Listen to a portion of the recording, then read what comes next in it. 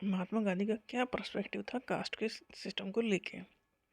उन्होंने देखिए जो वर्ण सिस्टम था, उनके अकॉर्डिंग जो वर्ण सिस्टम था वो बेस था कि कौन क्या काम करता है, division of labour based on duties, मतलब जिसका जो काम है वो उस कैटेगरी को बिलोंग करता है।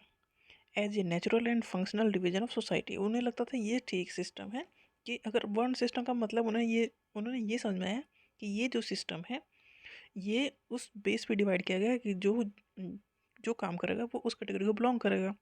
तो इस तरह सोसाइटी चलती रहेगी, मतलब फंक्शन के बेस पे उन्होंने सोसाइटी को डिवाइड किया। Where individual contribute according to their abilities, मतलब जो जिस काम के लायक है वो उस काम को करेगा। एंड रेस्पॉन्सिबिलिटीज, उसके अकॉर्डिंग वो उस वार्ड में रखा जाएगा। इसके बिलीवर थे वो। ही believed that this system could promote social harmony, उनके अकॉर्डिंग अगर सिस्टम ऐसे चलता है कि जो जिसके लायक है वो काम करेगा तो उनके अकॉर्डिंग सोसाइटी ठीक से चलेगी, हार्मनी बनी रहेगी। और सोसाइटी का ओरिजिनल सेंस में मतलब यही है कि जो सैनिक बनने लायक वो सैनिक बनेगा, जो लोहार बनने लायक वो लोहार बनेगा, मतलब जो जिस काम के लायक है वो उस काम को करेगा और उसी कैटेगरी में फिर रखा जाएगा। इसी तरह से सोसाइटी फंक्शन करेगी। गांधी आर्ग्यूड दैट वर्ण शुड नॉट इम्प्लाई सुपीरियरिटी और इन्फीरियरिटी, इन्होंने कहा कि कास्ट सिस्टम से कोई सुपीरियरिटी या इन्फीरियरिटी नहीं आनी चाहिए, वर्ण सिस्टम से कोई ऐसा नहीं आना चाहिए, क्योंकि वर्ण का बेस है कि डिवीजन ऑफ लेबर, मतलब जो जिसके लायक है उसके बेस पे उसे डिवाइड कर देना। But rather division based on work, मतलब जो जिस काम को करता है वो उस कैटेगरी को बिलोंग करके। सिंपली इनका मतलब ये था कि इस तरह सोसाइटी ठीक से चलेगी, इसमें कोई सुपीरियर नहीं है कोई इन्फीरियर नहीं है, सबका काम इम्पोर्टेंट है।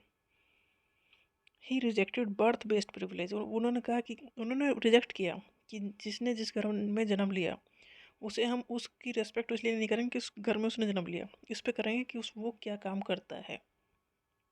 He rejected birth based privilege saying one should reflect one sex and not hereditary, इनके अकॉर्डिंग वन जो रिफ्लेक्ट करेगा वो है कि वो क्या काम करता है, ना कि वो उस कि इसने किस घर में जन्म लिया। Gandhi ji was a great opponent of untouchability, इन्होंने बहुत विरोध किया अनटचेबिलिटी का, मतलब जो लोअर कास्ट के लोग थे, कास्ट हायरार्की में जो सबसे लोअर कास्ट थी, गांधी जी ने उन्हें कहा हरिजन, मतलब भगवान के बच्चे। और उन्हें उन्हें ये दिख रहा था इंडियन सोसाइटी में कि उन्हें बहुत सारी चीज़ों से बाहर रखा जा रहा है, उन्हें सोसाइटी में इंक्लूड ही नहीं करते, तो उन्होंने अपोज किया इस चीज़ का कि ऐसा नहीं होना चाहिए।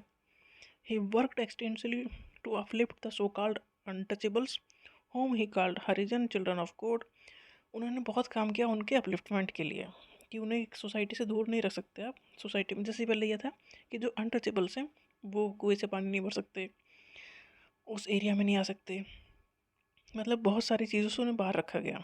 उन्हें किसी भी चीज़ की सुविधा नहीं थी, बस वो काम करते और खाना पीना मिलता, उतना ही उनका काम चलता, और सारे मेनियल जॉब्स वही करते थे। He advocate for their inclusion in temples, पहले उन्हें टेम्पल्स मारने की परमिशन नहीं थी, गांधी जी ने कहा कि नहीं ये टेम्पल मंदिरों में ये भी जाएंगे, ये भी लोग हैं, पब्लिक स्पेस पे ये भी जाएंगे, पहले उन्हें स्कूल जाने की अनुमति नहीं थी, उनका एजुकेशनल इंस्टीट्यूट में ये भी जाएंगे। तो उन्होंने अपोज किया, जो पहले से अनटचेबल्स के साथ व्यवहार होता चला आ रहा था, इस चीज़ का उन्होंने अपोज किया।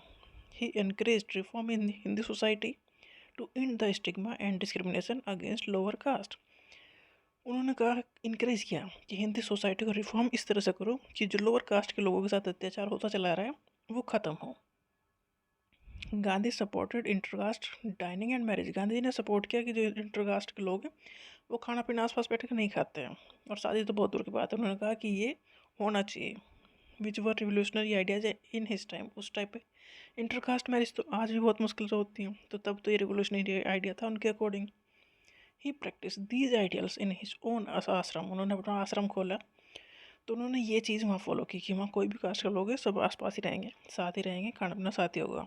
Where people from different caste and background lived and work together, जो आश्रम उन्होंने बनाया वहाँ किसी के साथ कोई भी भेदभाव नहीं था, सब साथ में रहना, सब साथ में खाना पीना।